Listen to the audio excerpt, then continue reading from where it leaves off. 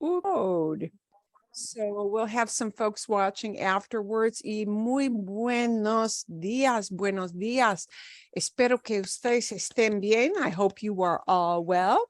Today will be a little of a mix and match because while we will work on say, and I have to bring up, ¿dónde está?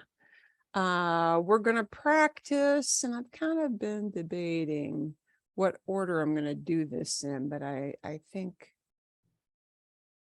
I'm going to go with what I decide. What you should kind of look for, yeah, these pages here, if you printed them or if you have this file of, folks ask me, hey, can we get extra practice with positions of the pronouns, positions of the reflexive pronouns? This was the extra practice.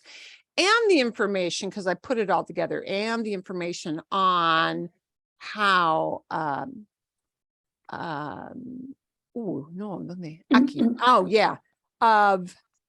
what happens with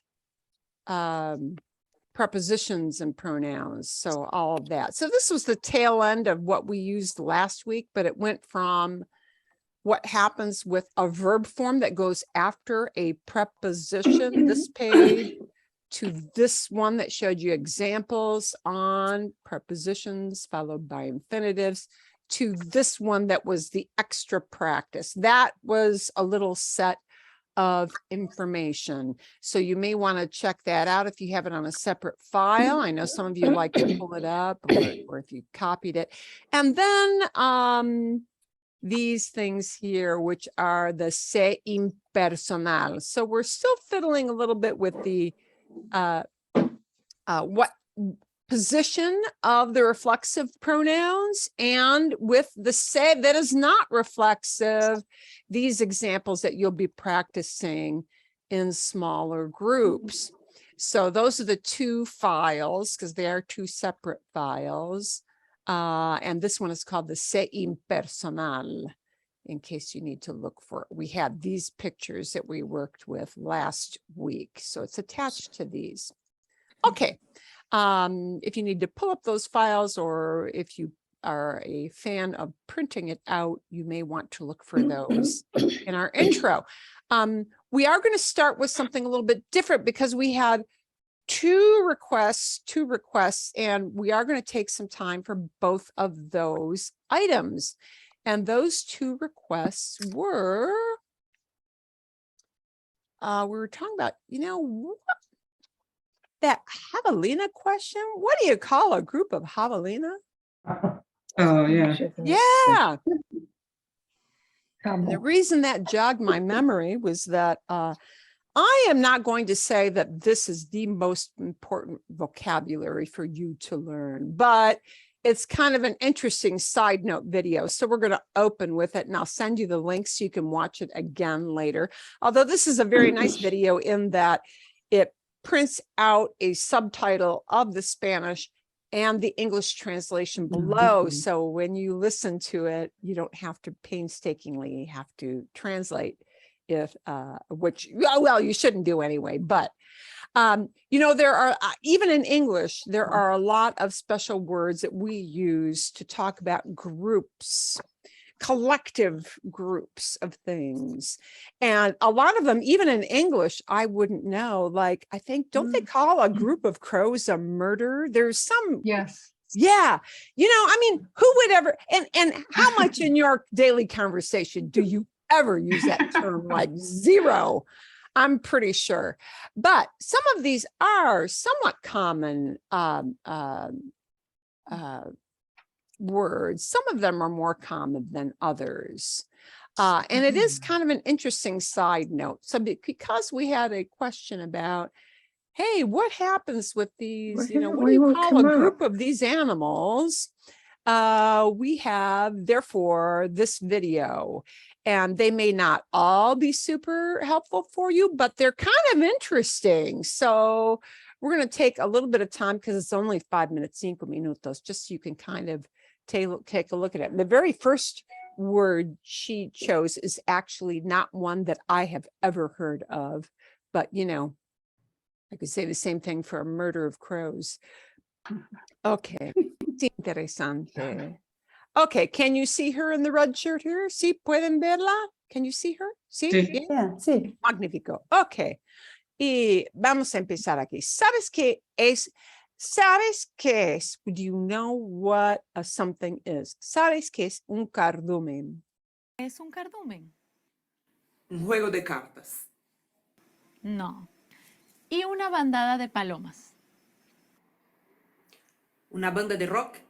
Oh, and you know, bandada is close to that word banda, and cardumen is kind of like carta for cards. So they're using some plays on words here. Mm-mm. ¿Qué me dices de una camada? Una cama grande. And camada, you might guess, comes from the word cama, because cama is Big bed, right? Yeah. Okay, but it's not. So Nada de eso. Camada, bandada y cardumen son sustantivos colectivos de animales. En este video te voy a enseñar varios que usamos mucho en español para que amplíes tu vocabulario.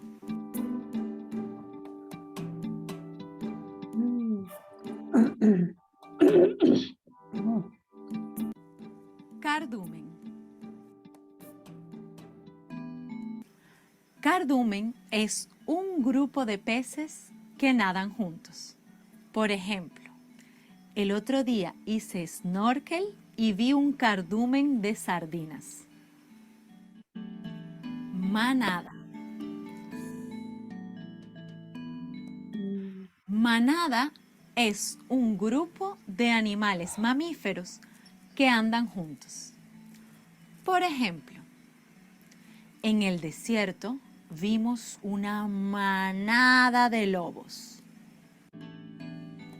Ganado. ganado, muy común. This is a very common word. Ganado es un grupo de animales que pastan y andan juntos. Normalmente se usa para hablar de animales de cría mamíferos, como las vacas, los caballos, los puercos y las ovejas. Por ejemplo, mi prima trabaja en una hacienda de ganado bovino, es decir, en una hacienda con vacas y toros. Rebaño. Rebaño es un grupo grande de ganado, por lo general de ganado doméstico, como las ovejas. Por ejemplo, el pastor tenía un perro que lo ayudaba con su rebaño de ovejas. Flock. Una curiosidad. Goats. La palabra rebaño se usó mucho durante la crisis del COVID-19 para hablar de la inmunidad de rebaño. Es decir, cuando un grupo grande de personas se hacen inmunes a una enfermedad contagiosa. Herd immunity. Disminuye el impacto de esa enfermedad. Enjambre. Swarm. Es un grupo de abejas que vuelan juntas. Son abejas que abandonan su colmena para formar una nueva. La colmena es el lugar donde viven las abejas. Por ejemplo, a mi primo lo atacó un enjambre de abejas. Terminó con 10 picaduras. Una colmena puede tener hasta 80,000 abejas. Camada. Una camada es un grupo de crías de un animal nacidas en un mismo parto. Por ejemplo, mi gata tuvo una camada de 4 gatitos. Bandada. Una bandada es un grupo grande de aves. Por ejemplo, las bandadas de estorninos son enormes. Jauría. Una jauría es un grupo de perros de casa. Por ejemplo, el señor cazaba ciervos con una jauría. Ahora conoces 8 sustantivos colectivos de animales que se usan comúnmente en español. Si te gusta. Ok, a ver, entonces es interesante, ¿sí? Rebaño, you read a lot in Spanish. Enjambre, swarm, wow, where we live, you know, we can encounter that swarm thing a lot. If you're an outdoor person and you hike on occasion, you will see those swarms that leave to form, yeah, different hive, right? Those are kind of scary here. Es difícil. Ok, a ver, entonces voy a enviarles, I'm going to send you guys, voy a enviarles el enlace al video. That gives you some collective group words for, you know, herds. One other kind of interesting word also, and I'm going to give you a little share screen on this because if you ever, uy, no, eso no. A ver. Okay, whiteboard. Board is lo que quiero. El pizarrón, the board here is what I want. Another word that she gave you, cría. Cría is actually kind of a common word. A cría is what would we call it? A young'un. A young one, a baby animal. Baby animal, cría. Cría. So anytime you got a baby animal, that's kind of a general word for a baby animal, something that's just been born. Also interesting, criatura, which looks like creature and does mean creature. In fact, it's kind of, I'm sure it's related to cría. Criatura is creature, but also criatura is sometimes used to talk about a baby. Even though we have in Spanish this word bebé, which is technically baby, la criatura is often used, if you ever read any stories, you know, oh, la pobre criatura, poor creature. What they're really saying is poor baby. So there's some kind of link between that cría and criatura. I'm not really sure what it is, but there is some kind of link there. So some of those words can be useful. You may hear them from time to time, a few of them, not all of them. Okay.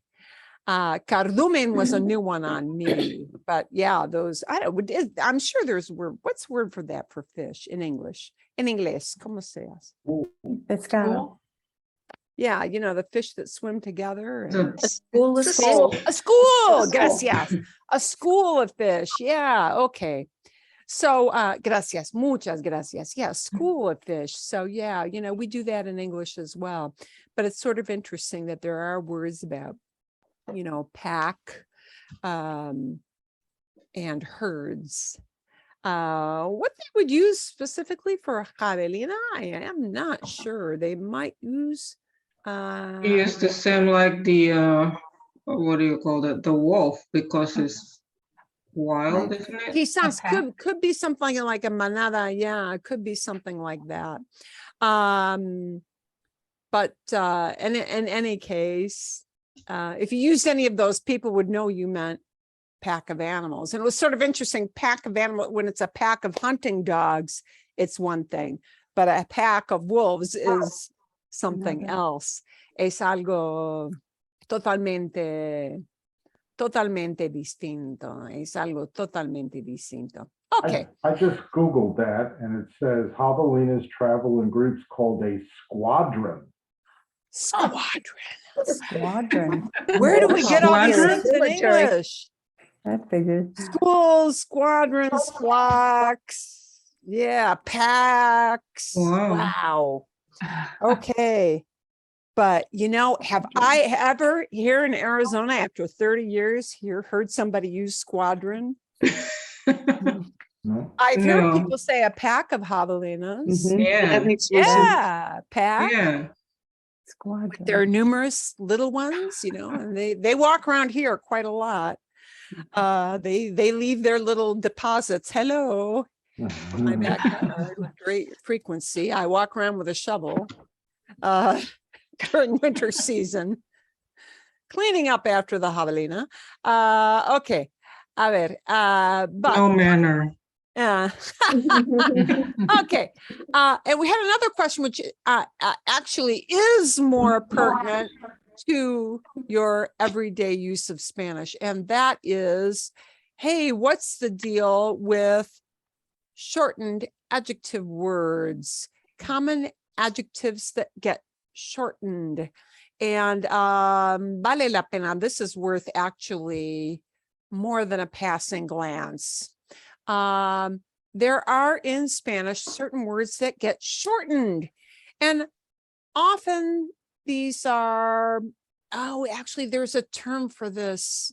Hay un término. Vamos a ver, momentito. We're going to take a look at a couple of things for this. Vale la pena. This is actually worth taking a look at.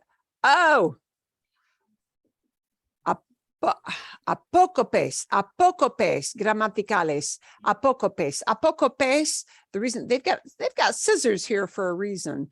Apócopes means something that you've cut short, and I guess there's an English word. Apócope. I'm going to have to look how to pronounce it in English, and they'll say I don't even know. Words that get shortened.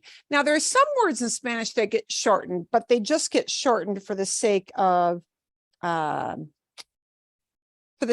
shortening them, not in a grammatical sense. I'm going to give you an example. In English, we sometimes shorten words like bike instead of bicycle, or trike instead of tricycle, right?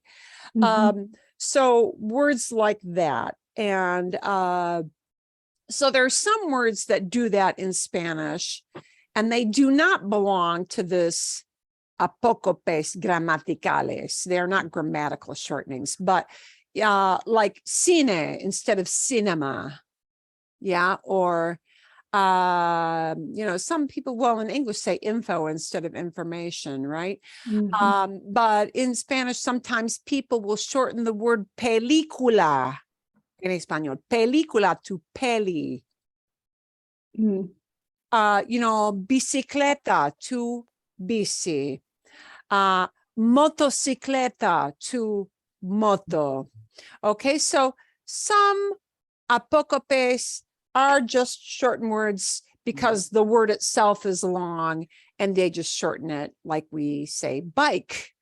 All right, but there are other things that are grammatical about shortening words, and as opposed to just making it easier to pronounce, there are things that actually are a part of the grammatical structure of Spanish. So those are the types of words we're talking about. So this question had come up actually about, we've got all these shortened forms, and they are usually adjectives, although I will not say 100%, but some words do get shortened, like bueno gets shortened to buen, or malo gets shortened to mal. And in many cases, but not 100%, in many cases, this happens when we have an adjective and we are using one of a very special group of adjectives in front of a masculine singular noun.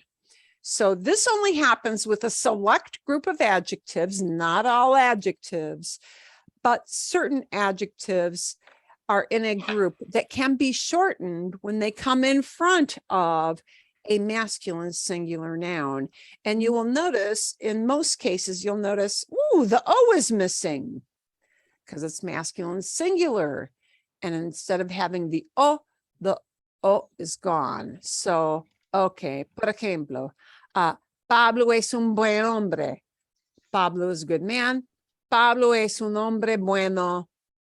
He's a truly good man. Is there a whole lot of difference between those? No, but in meaning, there's not a great deal of difference. But if bueno comes after a masculine singular noun, these kinds of adjectives will keep the O. But if we shift it in front, we cut off the O. This only happens in certain words. So bueno and malo are two, you know, so bueno, shortened to buen, malo, shortened to mal.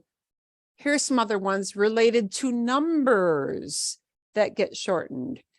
Primero, which means first. If you wanted to say it, you know, it's the 1st of August. Es el primero de agosto. It's the 1st of August. But if we take that word primero and we put it in front of a masculine singular noun, we have to shorten it to primer. Okay. The same with the word tercero, third. Tercero in front of a masculine singular noun gets shortened. We cut off the O, it becomes tercer. Okay, and they'll give us some examples below. The very common word uno, one, gets shortened to un. Okay, to mean a single thing, but you know, that really falls in the same category, uno to un. And oddly enough, this word ciento. Ciento is 100, but that is only the form when it's 100, exactly 100. Pardon, I'm sorry. When it's 100, it gets shortened. I've got that flipped. When the word 100 is just 100, it's cien. We cut off not just the O, but the TO. So ciento gets shortened to cien. Anything higher than 100, 101, 102, 100,000, 120, it goes back to that long form of ciento. So we do cut not just the O, but the TO off of ciento to get to cien, 100. Okay, so they're going to give us some examples here. Por ejemplo, este es mi primer coche. This is my first car. Tengo un hermano. I have a brother, meaning you've got only one. Yeah. But if this number-oriented word like uno, primero, tercero, if it is not paired up with a masculine singular noun, it goes into the long form. So, este es el primero. This is the first one. Because primero isn't paired up with a masculine singular noun right next to it. It doesn't come in front of a masculine singular noun. It goes back into that long form of primero. Okay. If you said to somebody, sí tengo uno. Yes, I have one. And you already know what the one thing is. You don't mention that thing. ¿Tienes un libro? Sí tengo uno. Do you have a book? Yes, I have one. Okay. If that word appears by itself, it goes to the long form, uno, right? And this shortening does not happen with feminine forms of most of these words. It does not happen with plurals. Okay. So the whole thing of cutting the word short can only happen with a masculine singular noun when it's paired up with that. So, una hermana, one woman, los primeros coches, the first cars. We can't shorten those. Okay. So masculine plural, can't shorten that. Feminine in any form can't be shortened. Okay. Ciento is a special case. Cien has to be exactly this number, 100, 100. Okay. And anything higher than 100 goes to the long form. But, you know, 100,000, 100,000. Okay.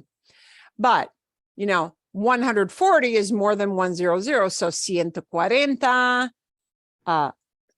200, yeah, ciento has to be the longer ciento form for 100. Okay, some adjectives cut off the O, like alguno, in some, But if alguno is used in front of a masculine singular noun, it gets shortened from alguno to algún. Okay? And the word ninguno, none, not even one. Ninguno can be used in long form by itself. Alguno can be used in long form by itself. But when I pair it up with a masculine singular noun, these two get shortened to algún and ningún. Okay? So, por ejemplo, for example, you will notice, ¿hay algún baño aquí? Is there some kind of bathroom? Is there any bathroom around here? Is there any at all, right? Algún implies some kind, but it's not specific. You're not looking at a specific thing. Or no hay ningún problema. Wow, there's no problem at all. Ningún comes in front of problema, which even though it ends in that's a masculine word, problema. So it's ningún problema. Ningún problema, no problem. No hay ningún problema. And those little words get an accent mark. That doesn't really matter for your speaking Spanish. Can I have a question? Sí, dime. You know, the first one is like you change when you do the shorten the adjective. So from primero to be primer coche. So if you say it, este es mi primer coche, and then the other one is if it's like the complete one, is este mi coche primero. Oh, And then this one for okay. this ningún and ninguno. So if you say which one is the ninguno? So you have to change the sentence, right? Because you put the primero before the noun, and then I mean after the noun, and then when you shorten it, you put it in front of the noun. Correct? When we if it's paired up with a masculine singular, Is that always the same with the ningun and ninguno is the same thing, like the position? I think I see what you're getting at. Nobody would say, let's look at just this case of primero. Okay.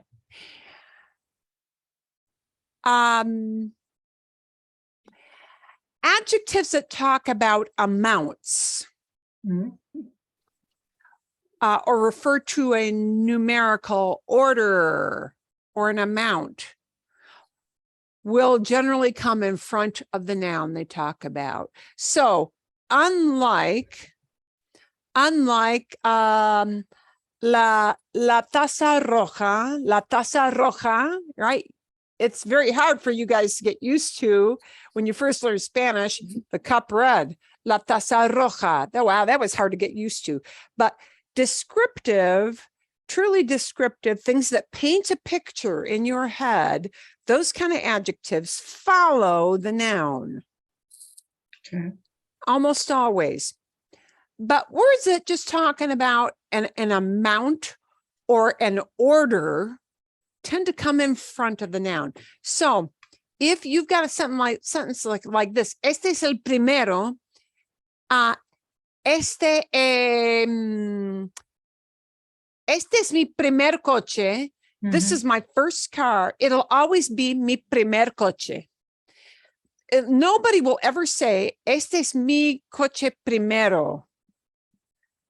Oh, no? No, Okay. and nobody will ever say, este es, that actually, it's interesting you pose this question. Este es mi coche primero. You'll never hear anybody say that. It's never mi coche primero. They might take out the word coche completely and say, este es mi primero. It's my first one. Oh, They might take out the word coche and then it becomes mi primero, because primero, that word is walking alone. It's not walking together with the noun coche.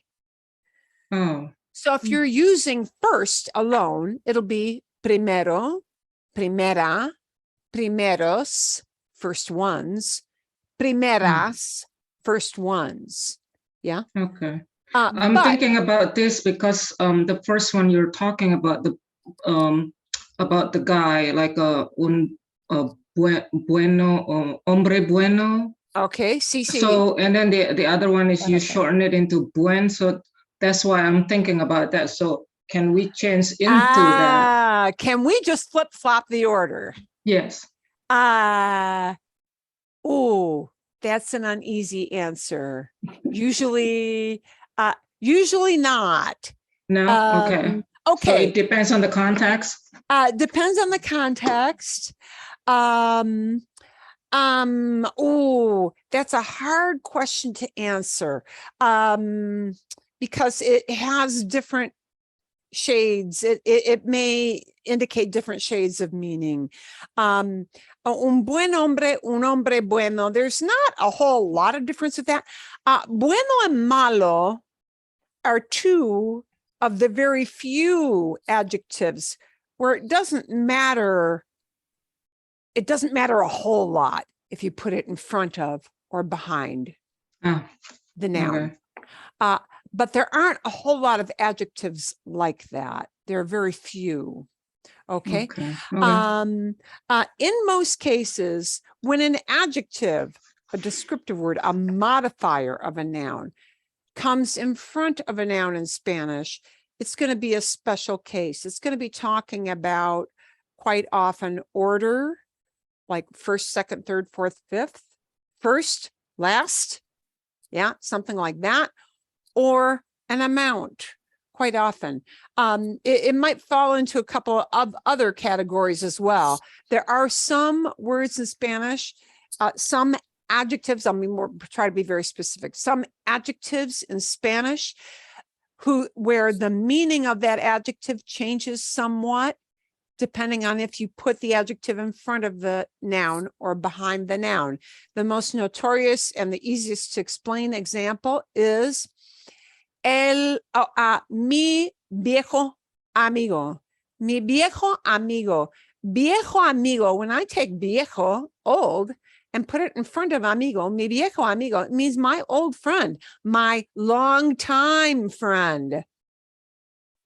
And viejo there does not mean old in the sense of aged, got gray hair, lots of wrinkles. No, no, no. Mi viejo amigo, my old friend, meaning my longtime friend. So viejo changes in meaning when I put it in front of the noun. Some adjectives in Spanish do that. Viejo behind the noun now paints a picture. It says, ooh, wrinkled, gray hair, bent over. Viejo then means old, as in aged, something that is many years old. Okay.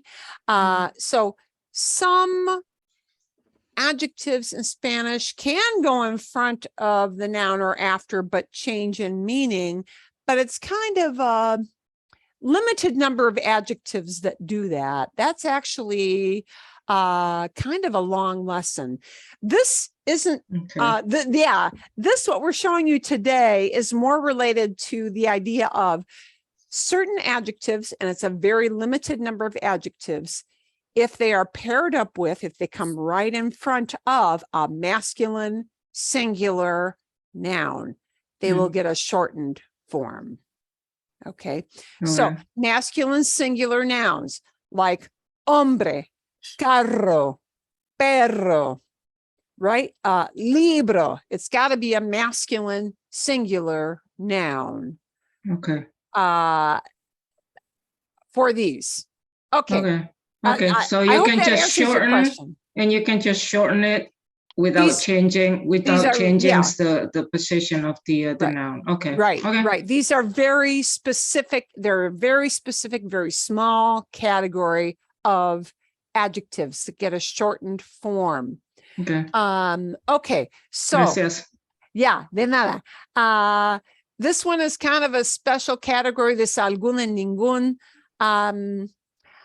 Algún has a longer form. If it stands by itself, it's alguno, but ningún If it stands by itself, it's ninguno, the longer form, but in front of a masculine singular noun, it'll be algún, ningún.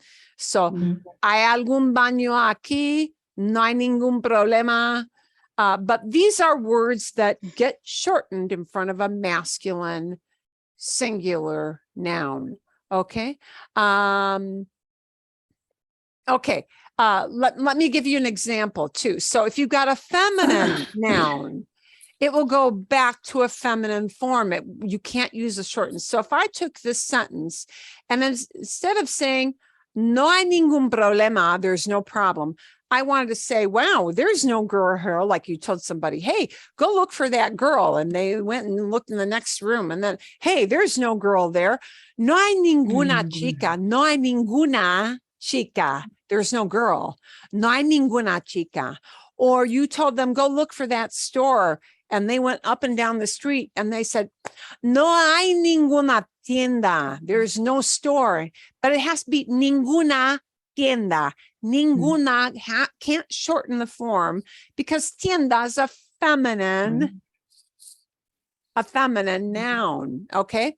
So the point of these words is they get shortened in front of a masculine singular. Now, there are two that fall into kind of a special category.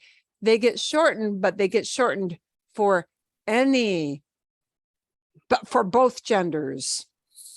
Okay. These are two special words. And these two special words are grande and cualquiera.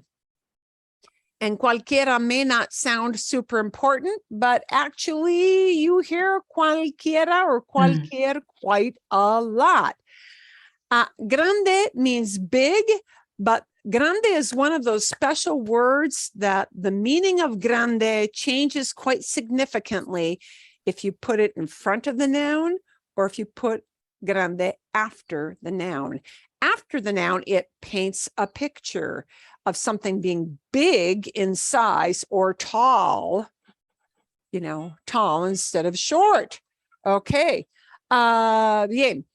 Grande, when it comes in front of a noun, means great, very specifically great.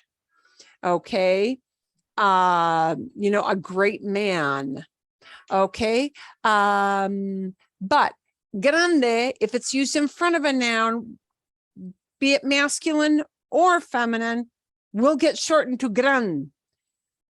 Grande in front of a noun always gets shortened to gran. Okay. And cualquiera, which means any, and it kind of means any in the idea of random.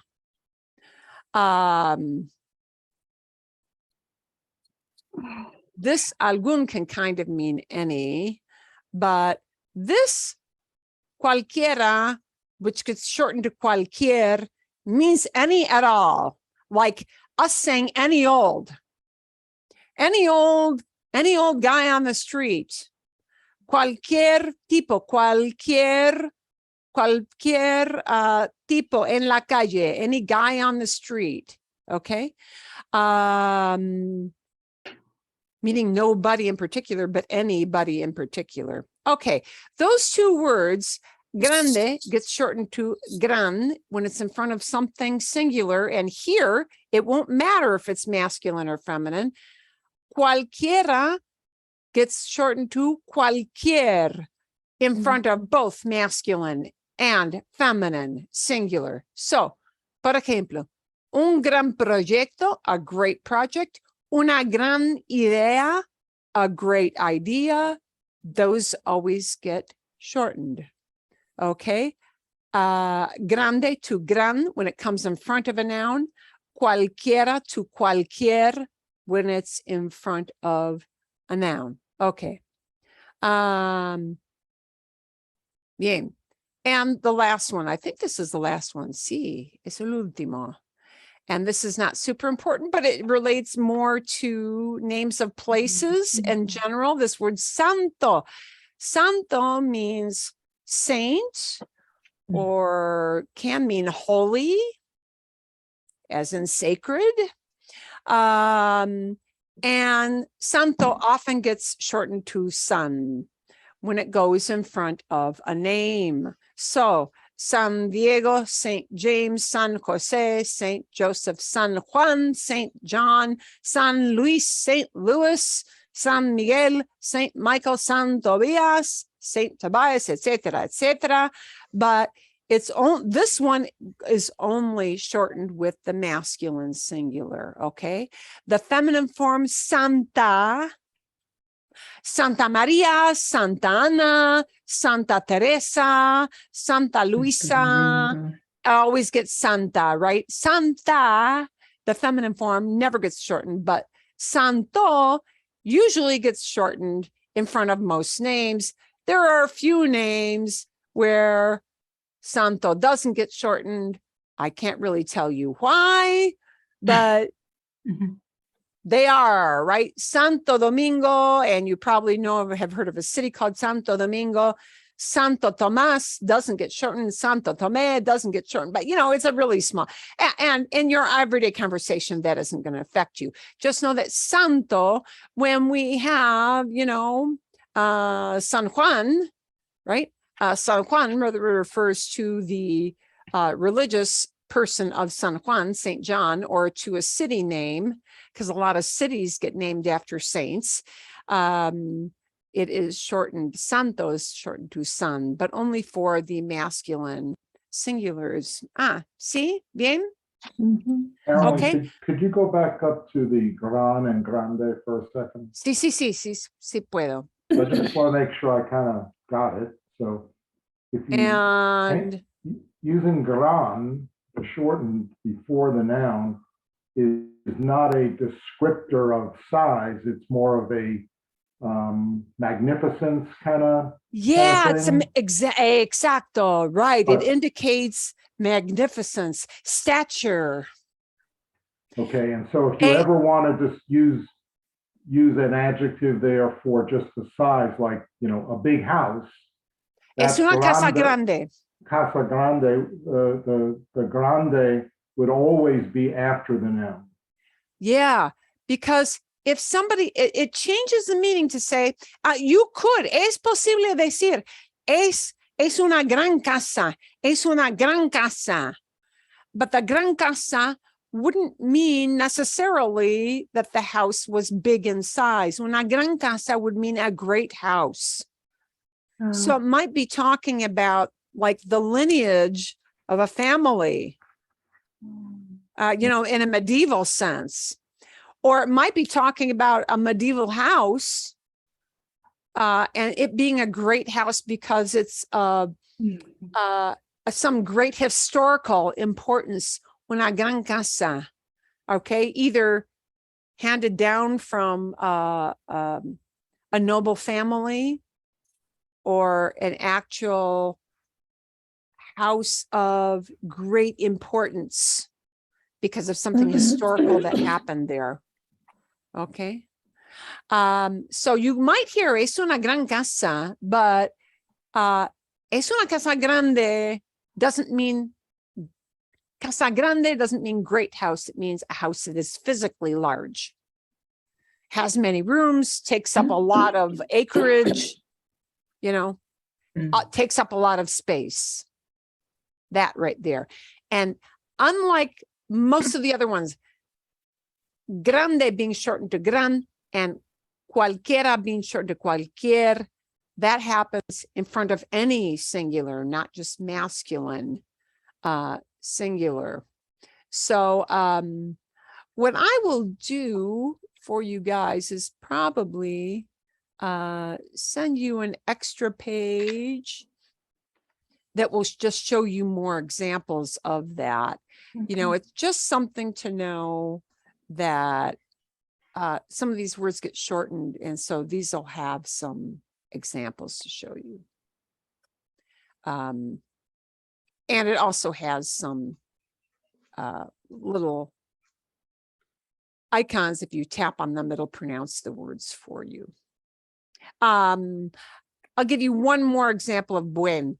Sometimes just to shorten the word, instead of saying buenos dias, people, especially if you're saying goodbye and you're like out the door of a store, people may just say, or when they're coming into the store, buen dia, buen dia.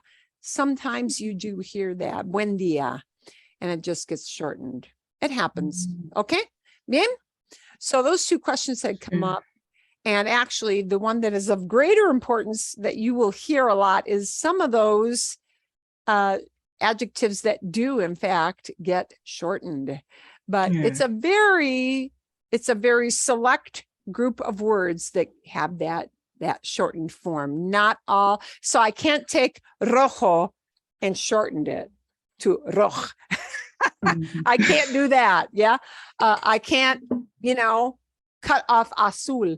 I can't cut anything off of verde.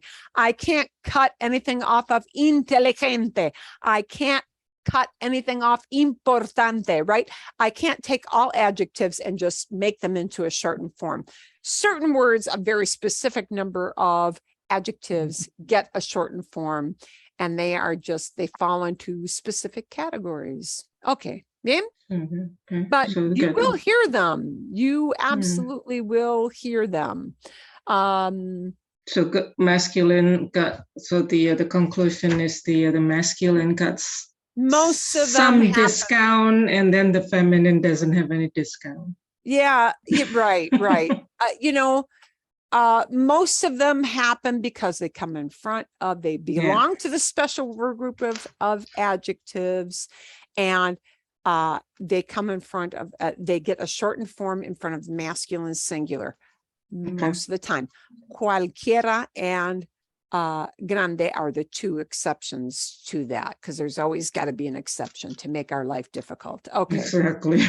But I'll send you another page to look at it. And it's important to know, es importante, because you will hear people talk, es un gran hombre, right?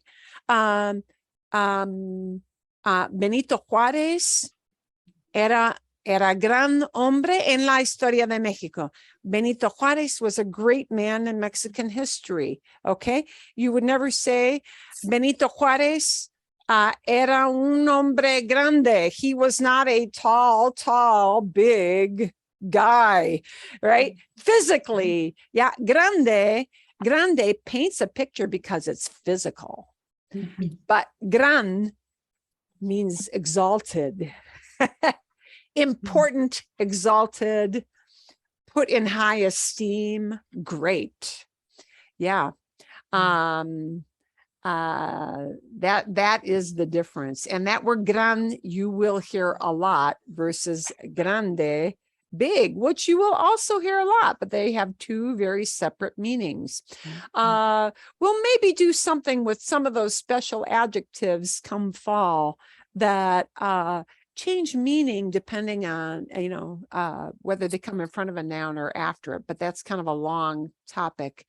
And we cannot do that today in today's lesson. Okay. Bueno, ¿hay alguna pregunta? Is there some question? And pregunta is feminine. So, ¿hay alguna pregunta? Is there any kind of question on those at all? Okay. Bien. Vale. Vale. What we are going to mess around with first is this reflexive pronoun position. So let's get back to the grammar stuff.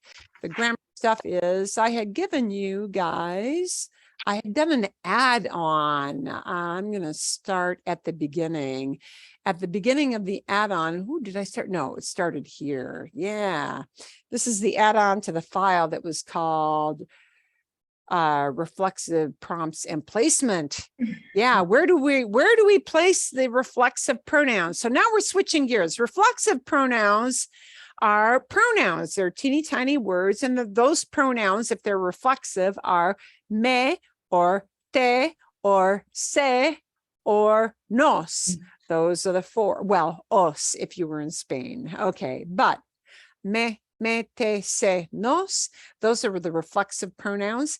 And these reflexive pronouns, which reflexive pronouns are in the categories of object pronouns. They do not, well, reflexives kind of do tell you who does an action, but they tell you who receives the action. Object pronouns, Where object pronouns can go can vary sometimes, and sometimes it's a fixed thing and sometimes not. But where these reflexive pronouns go can flip around a little bit. And we had a question last week of, wow, why do words get changed into just an infinitive? So that's why we have this slide, which really doesn't have to do with the mete se nos, but has to do with why we have an infinitive. If you are using an infinitive and wow, if you are using an infinitive paired up with right after a preposition, verb form that comes directly after, immediately next to a preposition has to be in the infinitive form. And that's just a rule in Spanish. It's just the way it is. And these would be probably some of the most common prepositions, because in order to know that, why are we using an infinitive, you have to know what the prepositions are. And not all, but many of the most common prepositions are words like a, or de, or en, or para, or por, or con, or sin. All right, these are very common prepositions. Prepositions in any language are very, very difficult. They're hard to define words, but they're just words we use a lot, right? In, of, from, for, with, without. How do you define those? I don't know. They're prepositions, yeah? But anytime a verb form comes immediately after one of these prepositions, it'll have to be in its infinitive form. So I chose some examples to show you how, if that verb form is a reflexive, then I need to have this reflexive pronoun attached to the infinitive, because this came up last week. So Hey, here are some. Marilyn, Sí, dime. just a quick question. So any verb form, not just a reflexive verb form, is that right? Yeah, A verb so right after a proposition, well, is that true? right, it- any verb. So the examples you see here are reflexive verbs, but any verb form at all, reflexive, not reflexive, any verb at all that is right after these words like para, de, and it'll always have to go into infinitive form. Okay, so the examples you see here, are specifically reflexive verbs, but this rule will hold true for all verbs from all categories, right? If they follow one of these prepositions, they have to stay as the infinitive. So, para mantenerme en forma, levanto pesas. In order to, because the para here really translates as in order to stay in shape. Para mantenerme en forma, mantenerse en forma means to stay in shape, to stay in form, yeah? Para mantenerme en forma, levanto pesas. In that case, the reflexive pronoun has to be attached to that infinitive, okay? Because that infinitive stays an infinitive. So when that happens, we have to attach it. It has to be para mantenerme en forma, okay? Or a use like this. Usamos el despertador para despertarnos temprano. We use the alarm clock in order to wake up early. Para here translates to the idea in English of in order to. Para despertarnos temprano, in order to wake up. And it's got to be despertarnos, because despertar is an infinitive, and I've got to peg it onto the end. I'm not conjugating despertar. I'm not conjugating mantener. It stays as an infinitive. And when these reflexives stay as an infinitive, that little pronoun, whether it's me or te or nos or se, it'll be the little caboose on the end of the train. It'll always just get attached. Or this one, la novia piensa en vestirse de blanco para la boda. The bride is planning to dress in white, to get dressed in white, to wear white for the wedding. Piensa en, because I've got en, a little preposition, I've got a hard and fast rule. A verb used after the word en, right next to the word en, must stay the infinitive. Piensa en vestirse. Okay. Me he visto después de ducharme. I get dressed after showering. Me he visto, I get dressed, and there I have to conjugate it. Después de. Después de means after, but that word de is a preposition. Yeah, and I'm going to have to send the verb after de into an infinitive form. So, después de, me he visto después de ducharme. And I have to tag the me onto the end of the infinitive. And so just as we use después de to say after, we've got antes de. Antes de is the opposite of después de after, antes de, before. Okay. Antes de cepillarse los dientes, Jorge busca la pasta de dientes. Before brushing his teeth, Jorge looks for the toothpaste. Antes de cepillarse los dientes, Jorge busca la pasta de dientes. Okay.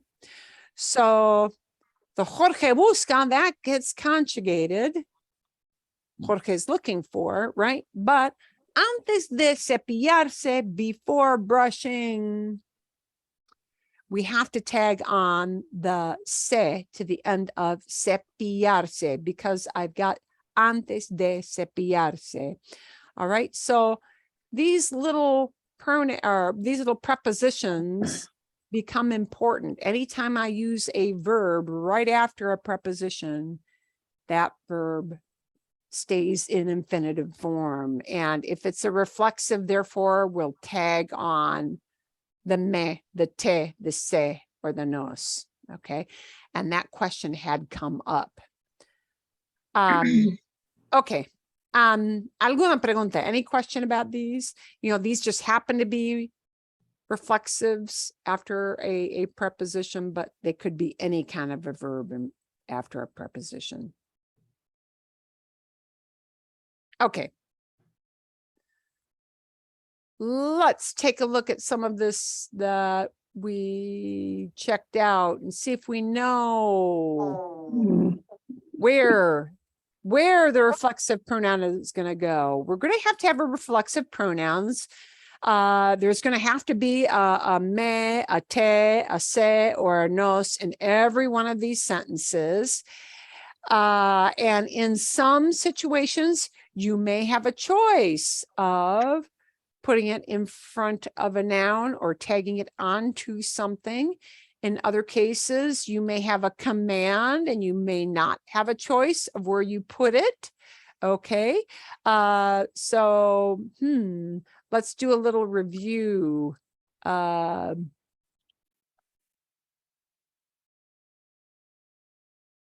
little review is, oh, sorry, aquí. No, I'm way behind. Okay. Position of reflexive pronouns, because that little fill in the blank is what this is practicing. Position of relative pronouns, right? If you just have a regular conjugated verb, a sentence saying, this is a fact, this is happening, the pronoun comes in front of the verb, like me lavo, se levanta, nos vamos, right? For negative commands, the don't do it commands, again, same rule. The reflexive pronoun must be in front of the verb. No te quejes, no se sienten, no te enojes, no te lastimes. For negative commands, the pronoun must be in front of the verb. I do not get a choice, okay? Plain old statement of fact, I have no choice. If it's a conjugated verb, the pronoun comes in front. Negative commands, I don't get a choice. I must put the pronoun in front of the verb. But if I've got two verbs working together, two verbs combined, I can take the pronoun, the me, the te, the se, or the nos, and put it in front of the conjugated verb, or attach it to an infinitive, or attach it to an ando, yendo kind of verb, meaning that ing verb, okay? And then the very last rule, in front of an affirmative command, not a negative command, don't do it, but a do it command. I have to attach those, like siéntate, sit down, levántense, get up, despiértate, wake up, diviértanse, hey everybody, have a good time, enjoy yourselves, okay? So those are things we are talking about. Bien? Okay. Vale, bien. Okay. What are we going to do with these? Voy a Our pon- first voy a example, voy a ponerme- poner. I'm going to put on a suit, swimsuit. What can I do here with number uno, number one? Voy a ponerme. Voy a ponerme is good. Do I have a choice here of what I can Yeah. do? Either No, way. it's because it has a preposition. Exacto. Voy a Mhm. poner. Voy a ponerme, but it's got to be me, right? It can't be se or te or nos. It's got to be me because it's voy. I'm going to, right? Voy a ponerme el traje de baño. I'm going to put on a swimsuit. What is the other thing I can say? Me voy Me a voy a poner. Me voy a poner. Me voy a poner. Me voy a poner el traje de baño is also correct. I have a choice because I have two verbs working together, right? So I do have a choice of where I can put that reflexive pronoun me. Me voy a poner or voy a ponerme. Okay. Divertimos. We have a good time. We Nos have a good divertimos. Nos divertimos. Do I get a choice of where I put this word nos? No. Do I? No. No. I don't have a choice because it's just a statement of fact. We're enjoying ourselves. This sentence means we're having a good time. We're enjoying ourselves. Nos divertimos. It's just a statement of fact. It's not an order. It's not a command. It's not a two-verb combo. It's just a statement of fact. We're having a good time. Nos divertimos. Okay, so it's got to be there. Now I've got a command. Ooh, and the command. Siéntate conmigo. Siéntate. Sí. Siéntate. Siéntate conmigo. Perdón. My cursor is flipping around. Siéntate conmigo. Sit down with me. Hey, sit with me. Siéntate.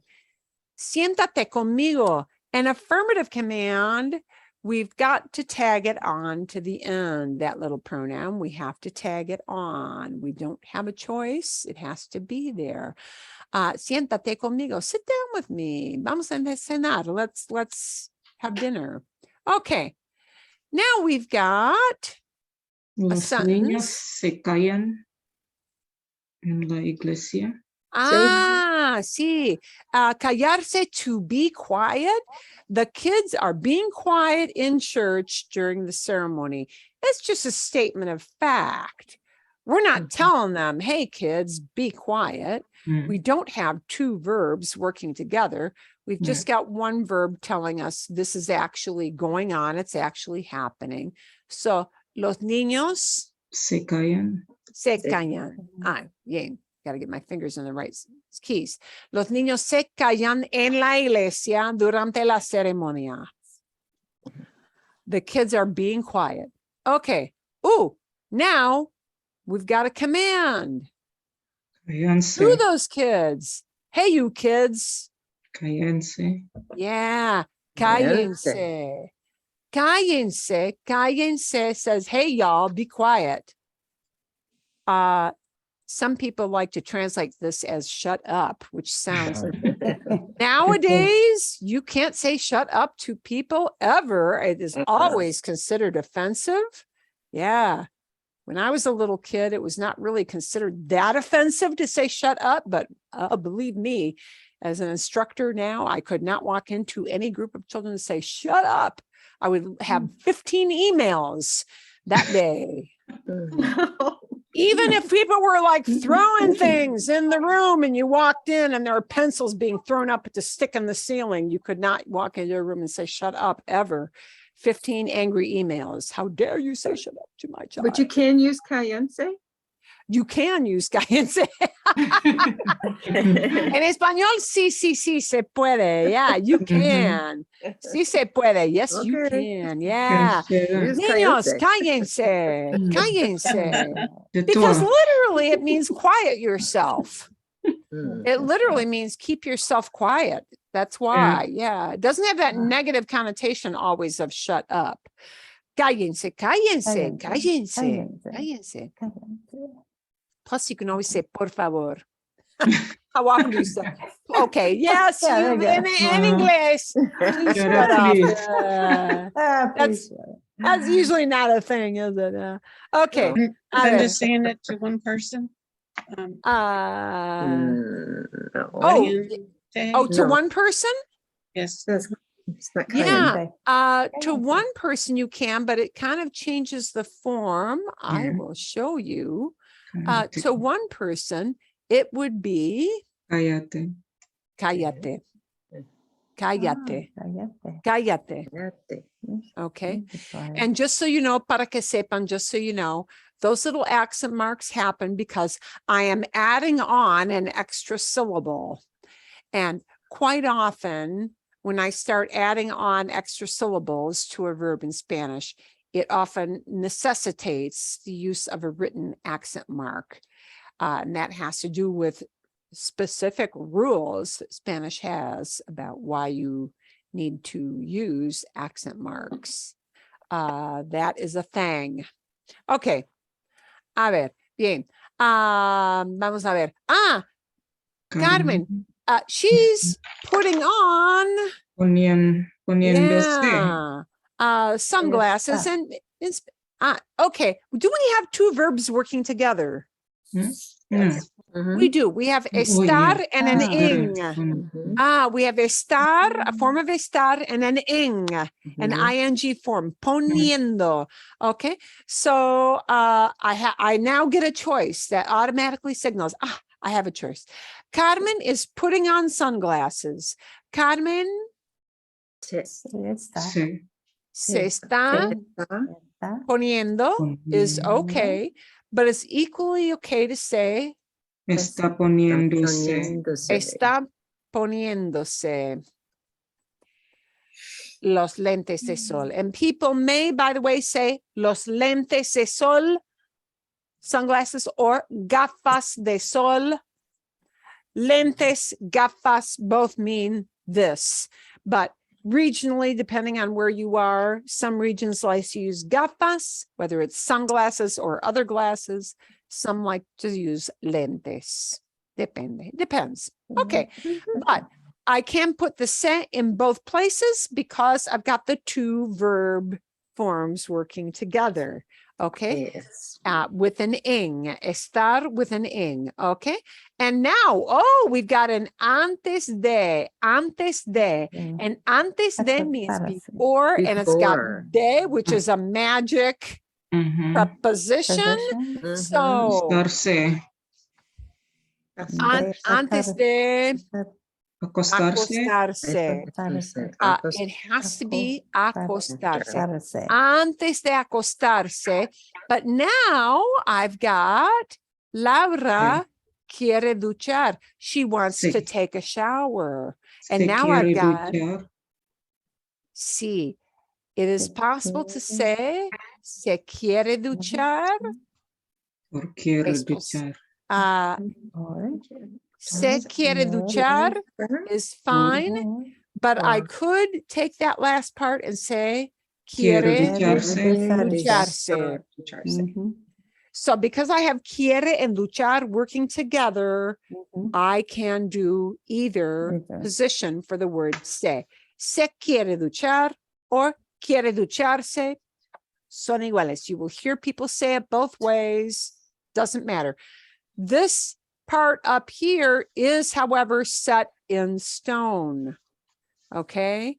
Because of that magic word de, because de is there, de is a preposition, and I've got a verb form immediately right next to a preposition. I don't get a choice. It's got to go into infinitive form, acostar, and therefore acostarse.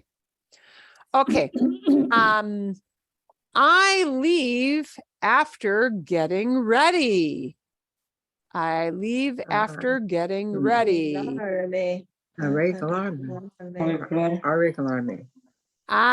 Arreglarme. I don't get a choice. Why do I not have a choice De. of where that Because it's little only word one. De. this right? Preposition. This is a preposition. Mhm. This little Preposition. word there here is a preposition. So the Of word after it, the verb after it must stay in infinitive form. And Mhm. therefore I'm going to put the little caboose on the end of the of the word, right? Arreglarme. Salgo después de arreglarme. I leave after getting ready. Okay. Mhm. Bien. Okay, now we've got relajarse, relax.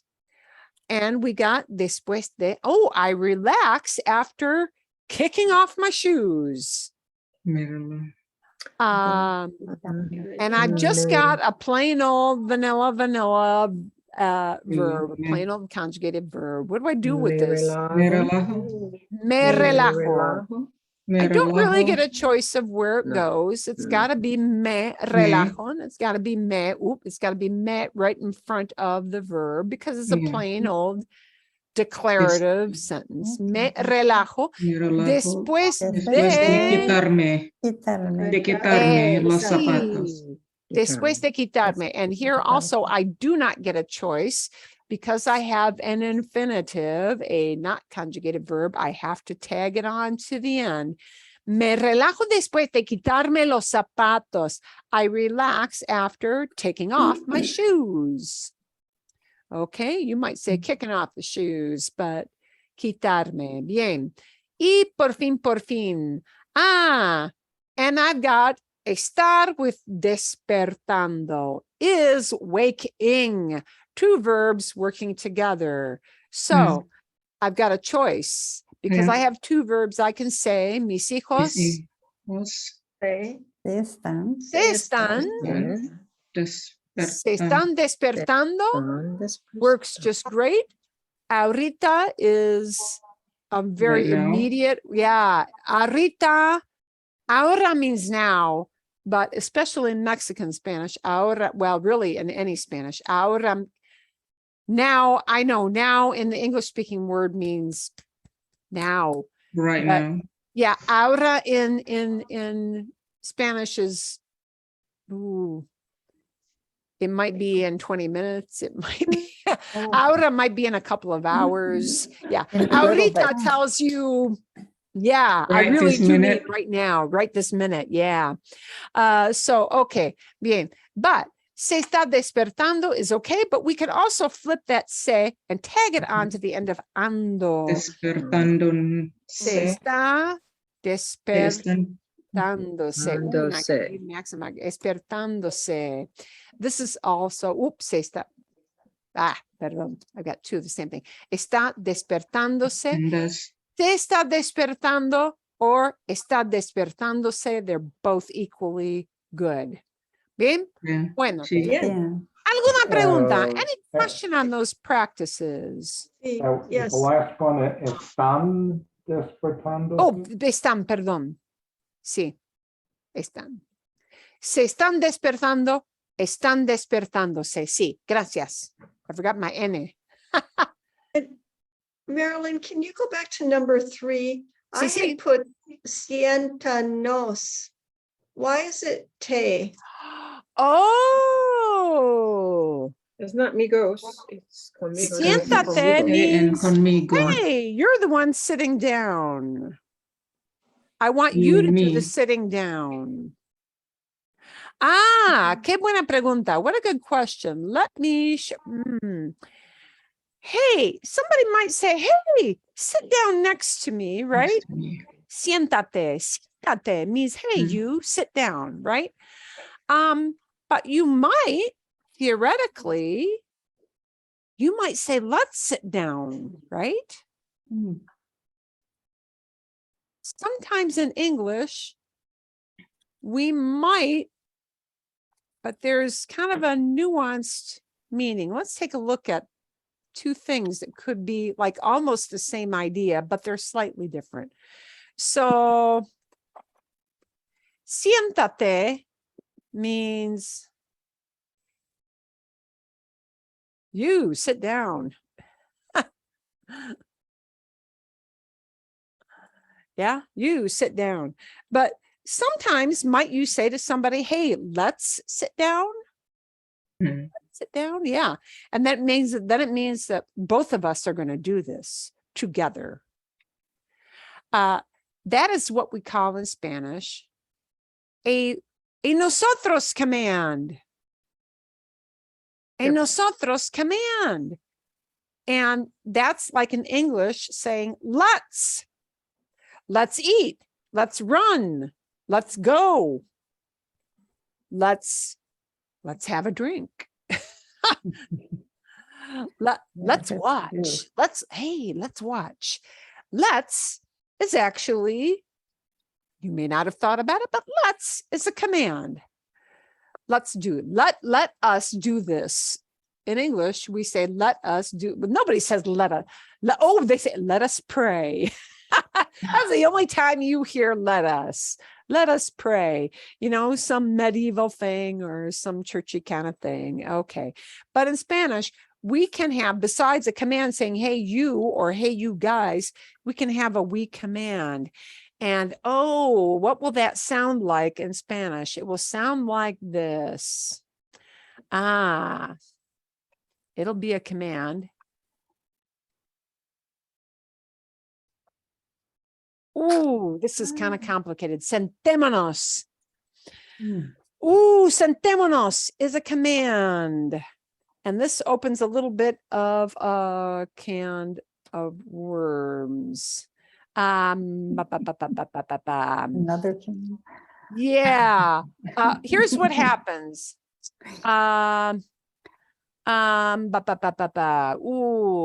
Sentemos, we have to knock off the S when we add on the nos. That's what happens. So just know sentémonos just means let's sit down. Let's sit down. All of us. And I'm making it an us command. That's all that is. Yeah. What would be some other us commands that are not reflexive, but you may hear? Comamos. Let's eat. Yeah. Just plain old vamos. Yeah. Can mean let's go. Or they might put a nos on the end, but look at what happens if we put a nos on the end of vamos. But you do hear this. Mm-hmm. Vámonos. Vámonos is let's go, as in let's, vámonos is a little more specific. We all go. Vámonos is a little more specific. Vámonos. Vámonos, we have to get rid of the S from vamos first. And then we tag on the nos, and it means let's get out of here. Hey, let's get out of here. Yeah, it's that kind of thing. So there is such a thing as a we command, and that is a nosotros command. So those are some common nosotros commands. See? Bien? So, yeah. Okay. Otra pregunta. Any other question on those little pronouns? Where they go? Where they go? No? No? Okay. This is just one of those things you kind of have to get used to it. Will feel perhaps a little uncomfortable, but you may hear people, have those pronouns in different positions. So this is just so you're not shocked of, oh my gosh, I thought the pronoun always had to be in front of the verb. Well, sometimes it is, sometimes it isn't. Bien. Okay. I want to take a little bit of time. Uy, sí, 8 minutos. I don't know if we'll get through all of these.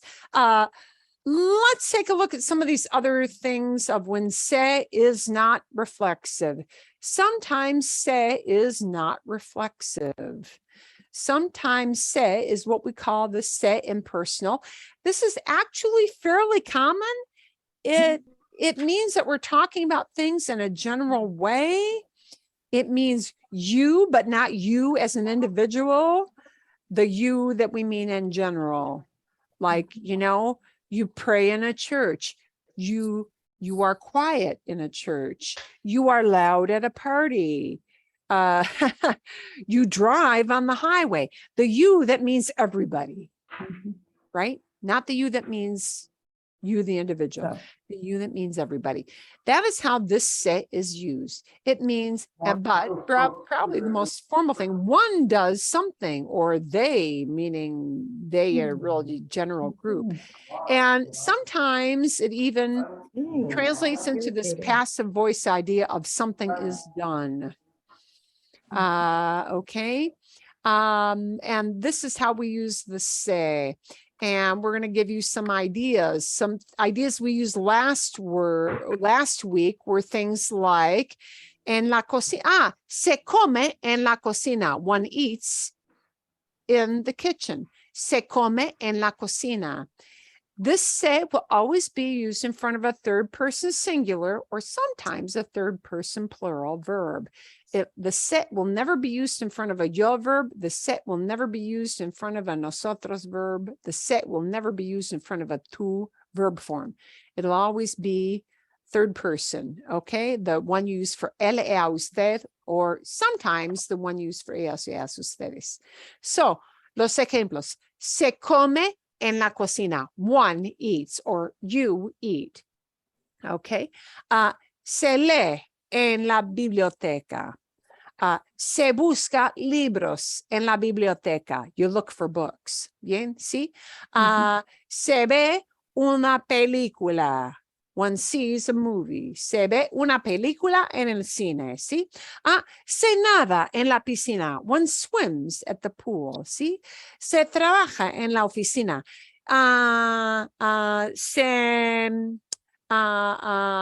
Se investiga problemas. Se resuelve problemas en la oficina. One solves problems in the office. Se hace cola. One lines up en un café, ¿sí? Se bebe café en Starbucks, en un café, bien? So those are some uses of se that are the impersonal se. Let's see if we can plug in. We might only be able to do one page of these, but we'll see how much we can fit in. Okay. ¿Cómo se expresa? How does one express? And the question even uses a se. ¿Cómo se expresa? How does one express? Museum closes at 5. ¿Cómo se dice? El I museo could not- se cierra a las 5. Yeah. Sí, sí. And what is Marilyn, I Sí. could not connect at all to how that becomes an example. This first one is a set informal. Right. I didn't get that either. I didn't understand number Not one. like one does number something, one? or you can do something, or Oh, okay. Bien. Sí. So what this goes back is this. Something is done. So, Is- okay. So, all right. So let's keep in the idea of something is done. Okay. And let me be even a little more. But not by a person, it's by a thing, the museum. Yeah, this is, yeah, the museum. Okay, let me just give you what this would be. Okay. And what's going to happen is the verb is going to come first, which you may not be suspecting that. Se cierra el museo a las 5. I inadvertently, unintentionally put a hard one up first. Thank you. I didn't mean to do that. I think this happened just because this is such a common thing. When you walk past stores. Okay. La culpa es mía. This is my fault. Se cierra el museo a las 5. The museum is closed as passive. By someone. By someone in general. I don't know who. It just closes. It is closed. Mhm. The museum is closed at 5. It's kind of I'm going to say a fake passive voice, kind of. This is like, okay, when you walk past a store, you know how we have the open and close signs that people flip? Or, you Yeah. know, if they have it in a blinking sign, they turn it on. Okay. That sign that you flipped in Spanish will be se cierra or se abre. Se cierra or se abre. Se cierra means closed. Se abre means opened. Hmm. But And you see could it all have the a time. sentence, you could have a sentence, El Museo Sierra a las 5. A subtle difference, but you could have the sentence like that. You could, yeah, sí, es posible. It is possible. This se makes it impersonal, makes it extremely general. Okay. It makes it a passive voice. The museum is closed by someone, we don't know who. Yeah. At a certain time. The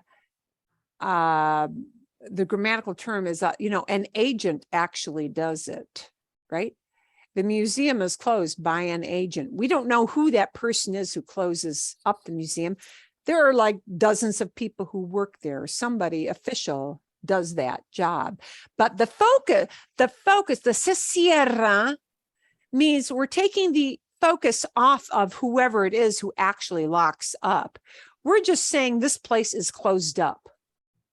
Is closed up is kind of a passive voice idea. Okay.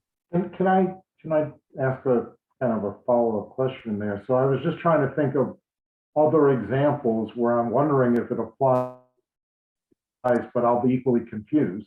So the one that I thought of was the bus arrives in 5 minutes. Is it is it also an informal like this, or is Oh, it like just, talking about a bus? yeah? A bus is no, because a bus is a specific thing. Is And the it a bus museum actually also? arrives. El autobús llega, and not se llega. El autobús llega. The museum doesn't actually close itself, right? Right. But the bus actually does drive up, right? So, es buena pregunta. This is a good question.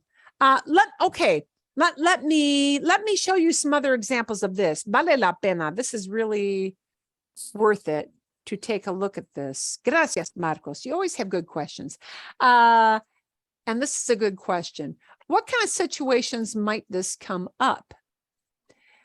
This will come up a lot in situations where you walk past a sign somewhere in a window. Se cierra. Somebody puts that, on a store window. or a door. Yeah. Se cierra, closed. Se abre, open. Yeah. You walk past a window of like a great big storefront, and there's like no furniture in the store. It's totally empty. And you see se alquila for rent.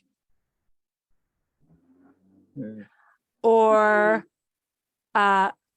se vende for sale.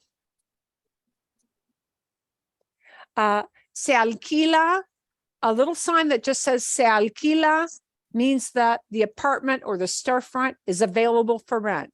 Se vende, something is for sale. It might be a building for sale. In the case of a sign, it's usually a building, but you know, it kind of depends. Se vende could be for an item that is up for sale as well. You know, an actual thing somebody could walk by and purchase as opposed to buying a storefront area. You know, this whole thing of se habla español. Se habla español. Se habla inglés. Something is spoken. You know, this kind of thing is often found in signs, but notice it's just talking about like anybody in general speaks. The store or the storefront doesn't sell or rent itself. Somebody has to come in and do that. Yeah. And that's kind of the case with all of these. You know, the focus is not on who closes up the store, who opens up the store, who is actually going to rent that out to you, just that it is open, it is closed, it is for rent, it is for sale. In general.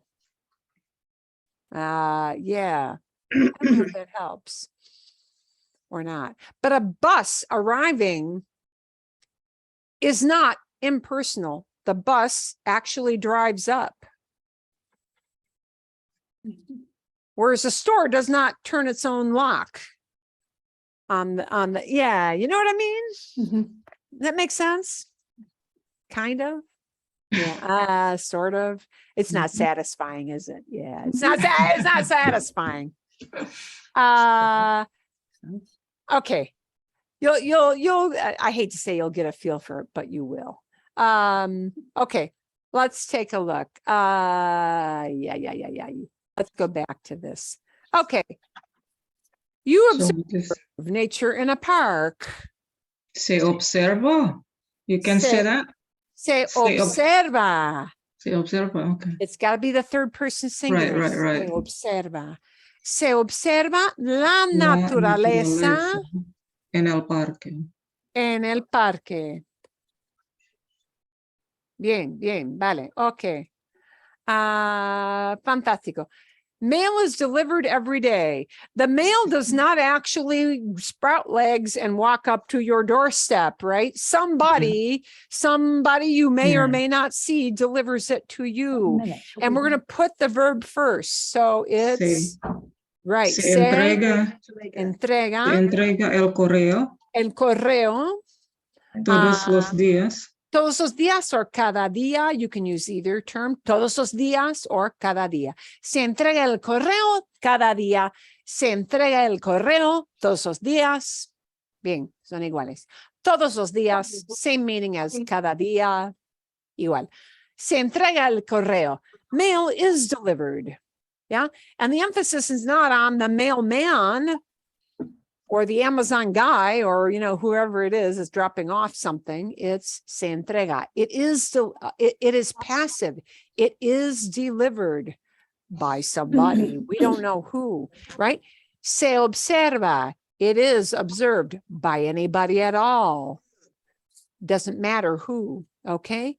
You wait here, not you, the one person, but all the people in general in the whole building. You wait here.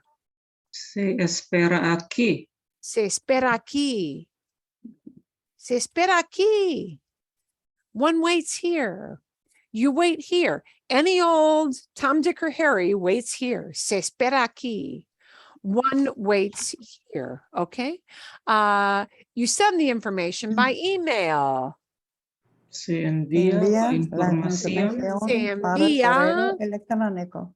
la información Información por por, sí, el la correo. información por correo o por Por email. el correo electrónico. Por correo electrónico. Correo electrónico. Por email. Some places do just use email because it's a tech word, and a lot of those get our borrowed words from the English. Por email, you might hear por email, por correo electrónico. Okay, in the gym you practice yoga. Se practica yoga. Se practica yoga en el en mi gimnasio. En el gimnasio. Se practica yoga en el gimnasio. And you can put the en el gimnasio up front. No big deal. En el gimnasio se practica yoga. Bien. Okay. ¿Vale? Make sense? Sí. Okay. We will take a look at these next week.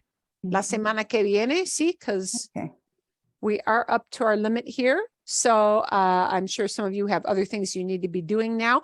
We'll take a look at that last half.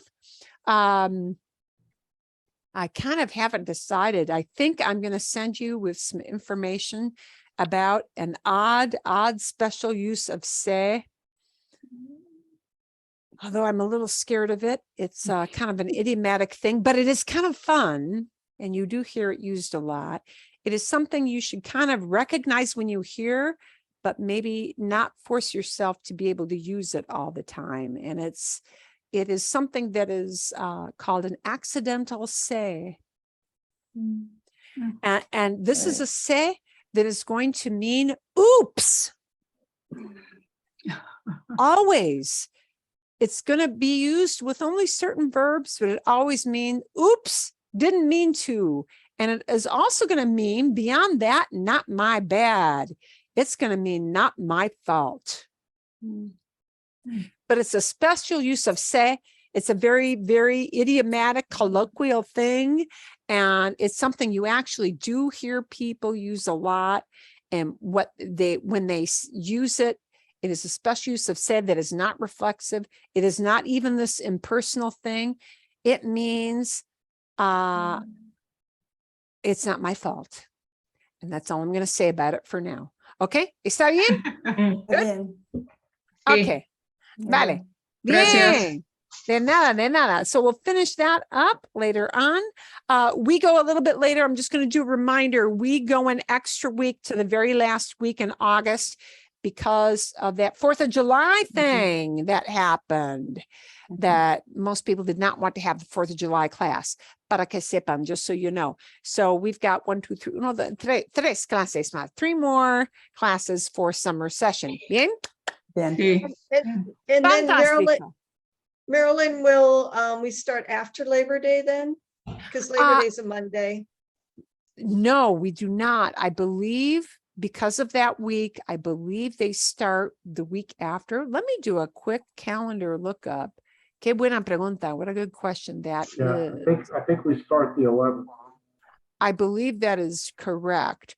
So yes, what is going to happen is September. Wow, Labor Day falls late this year. Labor Day officially is September 5th, and I believe all the classes start September 12th. Yes. Which sounds really late, but it's because of the lateness of Labor Day, how that holiday falls this year. I'm pretty sure if it is not the 12th for the first day of fall, I will let you know otherwise next week, but I believe that is the start date, September 12th.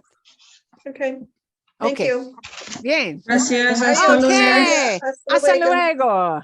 I'll probably Hasta send you a story luego. video for the week.